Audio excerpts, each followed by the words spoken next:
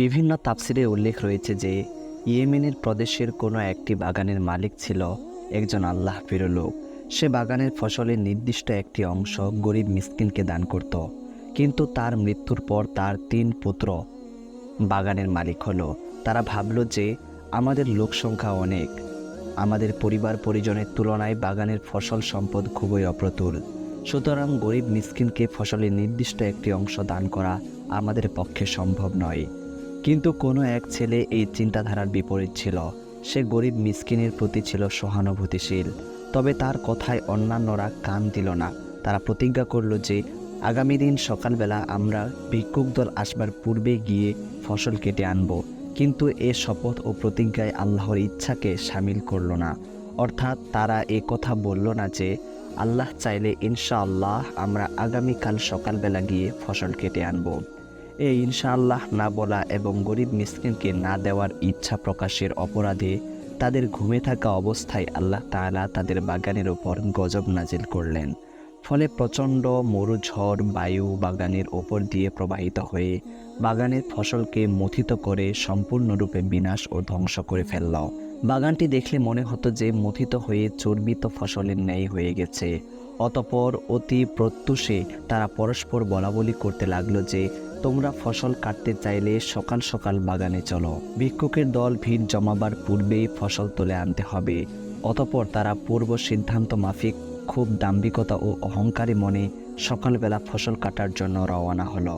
আর পরস্পরে চুপে চুপে বলাবলি করতে লাগলো, সাবধান, আজ যেন কোনো প্রকারে তোমাদের কাছে ভিক্ষুকের দল ভিড় জমাতে না পারে। তারা আসার পূর্বে ফসল তোলার কাজ শেষ করতে হবে। ভিক্ষুক ও গরিবদেরকে তাড়িয়ে দেওয়ার মনোভাব নিয়ে তারা বাগানে পৌঁছালো।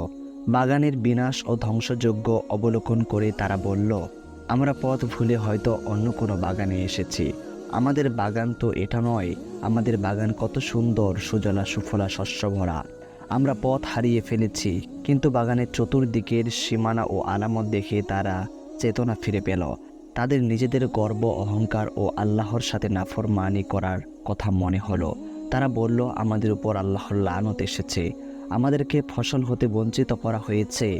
তখন তাদের মধ্যে যে লোকটি স্বভাব চরিত্রে উত্তম ছিল এবং ভিক্ষুকদের প্রতি সংবেদনশীল ছিল, সে বলল, আমি কি পূর্বে তোমাদেরকে আল্লাহর সাথে নাফরমানি না করার জন্য বলেছিলাম না? এটা আল্লাহর সাথে নাফরমানিকরণ, ভিক্ষুকগণকে বঞ্চিত করার ইচ্ছা এবং গর্ব অহংকারের পরিণতি ছাড়া কিছুই নয়। এখনও সময় রয়েছে, গুনাহ হতে তওবা করো। আল্লাহর মহিমা ঘোষণা এখনও কেন করছো না? সর্বহারা হওয়ার পরই তাদের বিভ্রান্তির দশা কাটল। তারা মনে মনে তওবা করে আল্লাহর নিকট ক্ষমা প্রার্থনা করল, হে আমাদের প্রতিপালক, আমরা আপনার মহিমা প্রকাশ করছি। আপনি মহাশক্তিধর, আপনি আমাদেরকে ক্ষমা করুন। আমরা সীমা লঙ্ঘন করে ফেলেছি, ক্ষমা না করলে আমাদের আর কোনো উপায় নেই। অতঃপর তারা পরস্পর দোষারোপ করতে লাগলো।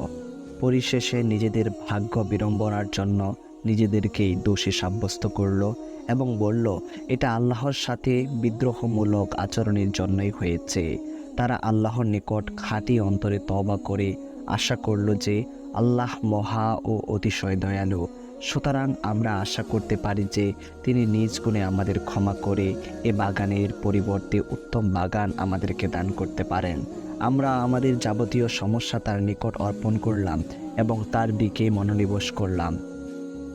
তাফসির কারগণ লিখেছেন, তাদের এই তওবার ফলে এবং নিজেদের যাবতীয় সমস্যা আল্লাহর নিকট সপর্দকরণ এবং সত্য দিনের ধারক হওয়ার কারণে আল্লাহ তাআলা এটার তুলনায় অনেক অনেক গুণ উত্তম ও সুজলা সুফলা শস্যভরা উদ্যান দান করে অপূর্ব সম্পদশালী করেছিলেন।